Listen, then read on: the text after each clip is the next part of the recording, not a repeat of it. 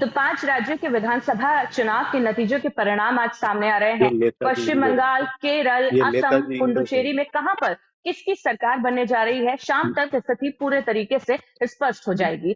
सबसे ज्यादा चर्चा जिस राज्य की हो रही है वो है पश्चिम बंगाल। पश्चिम बंगाल में काफी हंगामा देखने को मिला था, काफी बवाल भी हुआ था और वहां पर जो कांटे की टक्कर है वो भारतीय जनता पार्टी और तृणमूल कांग्रेस के बीच में है, यानी कि बीजेपी और टीएमसी मेन मुकाबले में है और इन्हीं के बीच में कांटे की टक्कर है। रुझान हमारे सामने आ चुके हैं, कई सीटों पर बीजेपी आगे चल रही है तो कई सीटों पर टीएमसी को बढ़त मिलती हुई दिखाई दे रही है। सीधे पश्चिम बंगाल से ग्राउंड रिपोर्ट से हमारे साथ हमारी सहयोगी सदमंगला जुड़ चुकी है, सीधे उन्हीं का रुख करती हूँ। सदमंगला, फिलहाल क्या कुछ हालात है पश्चिम बंगाल में, जोश कितना हाई है, राजनीतिक दलों के जो समर्थक हैं, क्योंकि सुबह काउंटिंग रूम के बाहर से उनकी झड़प की तस्वीरें आई थी जहां पर बीजेपी और टीएमसी के कार्यकर्ता आपस में भिड़ते हुए दिखाई दिए थे। हालात उसके बाद शांत हुए। फिलहाल क्या कुछ स्थिति है, रुझान सामने आ चुके हैं, रुझानों को लेकर क्या कुछ समर्थकों का कहना है, उसके बारे में आप बताइए। पूजा, बंगाल का माहौल काफी गर्म है क्योंकि जिस तरह से सूरज कभी गर्म और कभी ठंडा मौसम दिखा रहा है, उसी तरह से टीएमसी और भाजपा की बढ़त और आगे पीछे हो रही है। कांटे की टक्कर बहुत सारी सीट्स पर है। 294 की सीट्स यहाँ पर है, उसमें से आप समझो कि 294 की 94 सीट थी। कांटे की टक्कर इस बार बढ़ गई क्योंकि ये लड़ाई सिर्फ राजनीतिक नहीं रह गई है, ये वर्चस्व की लड़ाई हो गई है और वर्चस्व की लड़ाई में कोई भी पीछे आगे नहीं होना चाहता है। सर बंगला, यहाँ पर एक चीज जानना चाहूंगी, सुबह सभी पार्टियां अपनी अपनी जीत को लेकर काफी आश्वस्त नजर आ रही थी, दावे किए जा रहे थे। अब जब शुरुआती रुझान सामने आ चुके हैं, जो आंकड़े सामने आ चुके हैं, उनके बाद समर्थकों का, पार्टी के जो नेता है उनका क्या कुछ टिप्पणी सामने आई है, क्या कुछ उनका कहना है, वो कितने आश्वस्त अब लग रहे हैं, क्योंकि शाम तक स्थिति पूरे तरीके से साफ हो जाएगी जब हमें पता चलेगा कि पश्चिम बंगाल में आखिर किसने किला फतेह किया है। दोनों पार्टीज का बहुत हाई है, दोनों कांटे की टक्कर है, दोनों की पैनी दृष्टि जो है मतदान जहां पर काउंटिंग हो रहा है। अभी हमारे पीछे आप देख सकते हैं नेताजी इंडोर स्टेडियम में काउंटिंग हो रही है। यहाँ से कुछ ही दूर पर ही यहाँ पे बैरिकेडिंग लगी हुई है, आप देख सकते हैं यहाँ पे पुलिस सुरक्षा बल कितना तैनात है और किसी को भी आने जाने नहीं दिया जा रहा है, कि सुरक्षा और सावधानी दोनों बरती जा रही है। वहीं पर काउंटिंग हो रही है और काउंटिंग के बाहर जो झड़पे की आपने झड़प की बात कही, वो तो देखिए बंगाल में बहुत ही आम है और ये इस बार होना तो बहुत ही स्वाभाविक है क्योंकि 15 सालों से, क्या 34 साल में जब सीपीएम का राज था उस समय भी ये होता था, जब ममता दीदी का राज आया तभी भी ये हो रहा है। आगे हम उम्मीद करते हैं कि बंगाल में थोड़ी शांति हो, अगर भाजपा आती है और अगर टीएमसी नहीं आती है तो भी एक नई कहानी शुरू हो सकती है।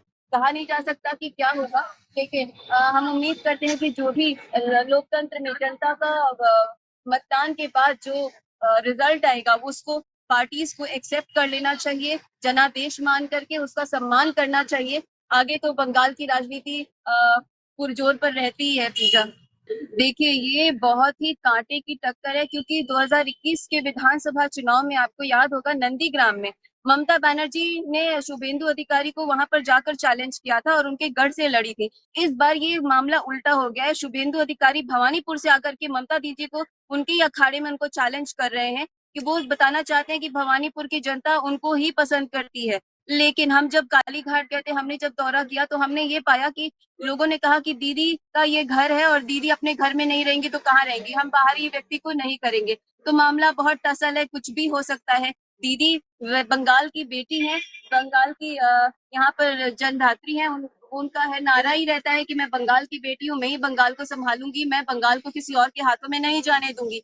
अब सवाल कि शुभेंदु अधिकारी को लोग कितना पसंद करते हैं या उनको उनके प्रति विश्वास कितना जब वो खींच पाए हैं, ये तो रिजल्ट आने के बाद ही पता चलेगा। लेकिन भवानीपुर की सीट किसी टाटे की टक्कर क्या, नेक टू नेक फाइट है। ये आप इसको जो भी कह लीजिए, ये सबसे सर्वोच्च सीट है, सबसे हॉट सीट है। इसमें क्या होगा उस पर बहुत कुछ तय रहेगा, बहुत कुछ जिम्मेदार रहेगा। क्या होता है देखते हैं। देखिए शुभेंदु अधिकारी अपने किले में तो फतेह कर ही लेंगे, ये तो निश्चित है, क्योंकि वो वहाँ के बंगाली लड़के हैं, वो वहाँ के जमीनी लड़के हैं। वहाँ पे उनका बांगाली छेली जिसको बोलते हैं कि वो बांगाली छेले हैं वहाँ के, और ममता दीदी यहाँ की बांगाली में है। तो अब भवानीपुर की सीट शुभेंदु दा जीतते हैं या हारते हैं, यही मामला है। दोनों अपनी अपनी सीट से तो पूरी कोशिश है। ममता बनर्जी की भवानीपुर की सीट से वो हार नहीं सकती क्योंकि वो ममता बनर्जी है और वो कलकत्ता की बेटी है, बंगाल की बेटी, तो बंगाल की बेटी को लोग सम्मान करना। हालांकि अमित शाह जी ने कहा था कि बंगाल की बेटी बहुत दिनों तक घर में रह गई, अब उसकी इस बार विदाई करते हैं, लेकिन विदाई होगी या नहीं होगी ये तो रिजल्ट्स के बाद होगा। और सारी सीटों का जब तक नतीजा नहीं आ जाता है ये कहना मुश्किल है कि विदाई होगी या बेटी अपने घर में, अपने राज्य में, अपने घर में शासन करेगी, ये देखने वाली बात होगी पूजा। कि अगर ममता बनर्जी ने रोजगार की व्यवस्था पूरी की होती तो भाजपा को यहाँ पर पैर पसारने का मौका ही नहीं मिलता। इस एक स्टेटमेंट से आप अंदाजा लगा सकती हैं कि कांग्रेस की स्थिति क्या है। और उन्होंने ममता दीदी को जो इंडिया गठबंधन में कांग्रेस, टीएमसी, सपा सभी मिल करके हैं, वहां पर यहाँ पर बंगाल में राहुल गांधी कांग्रेस के होके टीएमसी से अलग अपना उन्होंने एक रखा कि मैं इस मामले में बिल्कुल अलग हूँ, बंगाल में हम एकजुट नहीं है। ये इंडिया गठबंधन की असली कहानी यहाँ पे दिख रही है।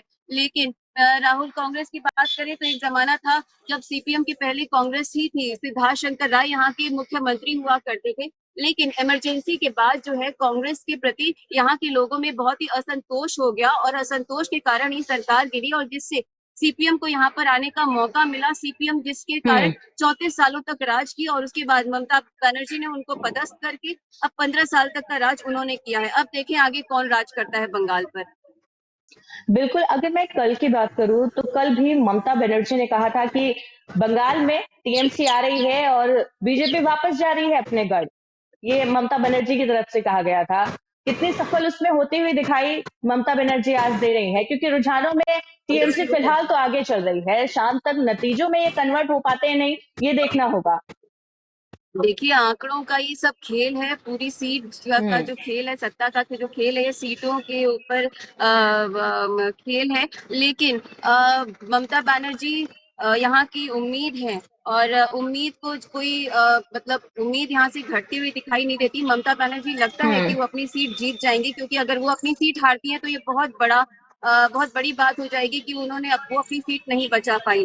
जिस तरीके से शुभेंदु अधिकारी अपने 2 जगह से लड़ रहे हैं तो अपने इलाके में तो वो जीत जाएंगे, लेकिन भवानीपुर की सीट उनके हाथ आएगी कि नहीं आएगी ये कहना अभी मुश्किल है। सत्ता का खेल जो है आंकड़ों का है और आंकड़े अभी तक पूरी तरह से हमारे सामने स्पष्ट रूप से नहीं आए बिल्कुल, हैं। जैसे ही आंकड़े स्पष्ट होंगे उसके पल बाद ही, पल बदल क्योंकि रहे हैं। दावा तो दोनों पार्टियां कर रही है, भाजपा भी कर रही है और टीएमसी भी कर रही है, दोनों ही कह रहे हैं कि के पार हम जाएंगे, 250 पार। लेकिन 200-250 का जो ये आंकड़ा है, इसमें सीपीएम क्या कहीं बाजी मार सकती है या नहीं मारेगी, या दोनों दल में ड्रॉ हो जाएगा, ये देखने वाली बात होगी पूजा। अगर टीएमसी जीतती है तो ममता बनर्जी के जो दावे थे, वो लगातार आरोप लगा रही थी भारतीय जनता पार्टी पर कि ईवीएम में गड़बड़ी की है, वोटिंग में धांधली की है, वो आरोप वहीं पर धराशायी हो जाते हैं। ऐसे में किस तरीके से वो आगे आएंगी या मुकाबला करेंगी जनता के बीच में, क्योंकि काफी उन्होंने आरोप लगाए और इस वजह से काफी हंगामा भी देखने को मिला था मतदान के समय और उसके बाद भी। देखिए ममता बनर्जी आज की नेत्री नहीं है, वो कॉलेज टाइम से पॉलिटिक्स कर रही हैं और कॉलेज टाइम की पॉलिटिक्स, अब उनकी उम्र जो है वो 7 वर्ष के पार हो चुकी है।